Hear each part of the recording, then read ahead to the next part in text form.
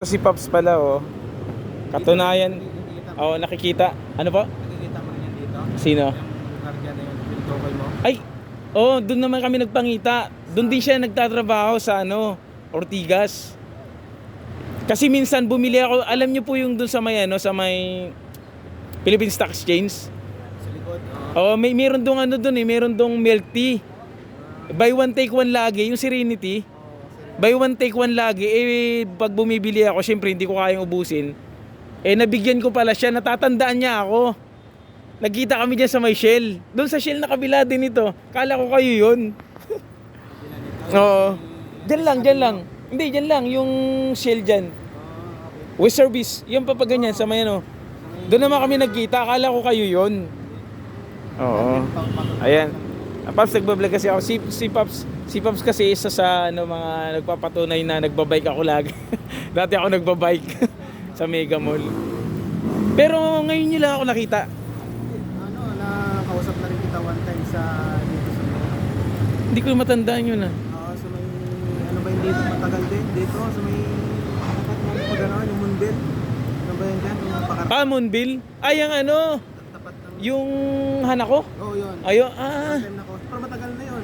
Hindi ko na matandaan.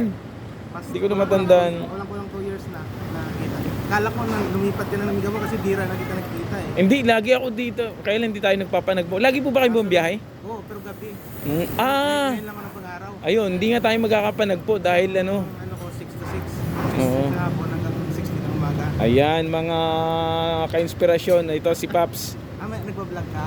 Katunayan kasi binalag ko rin dati na nagbabike ako dati. Ay, ito palang patunay si Pops. Pops ilan. Nakikita niya ako nagbabike dati sa may Mega Mall. Ayun. Akala ko naman kayo yung yung guard. Kasi nakita rin niya ako doon. Alam din niya na nagbabike ako dati. Ayun. May booking kayo ngayon? Oo, sa SM Bikutan? Building B? Oo. Pops, ano pangalan niyo, Pops? Edgar? R7. Oo. Pero nag-start kayo ng Grab, matagal na rin.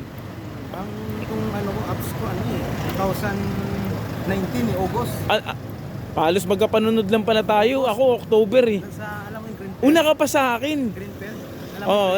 Yun.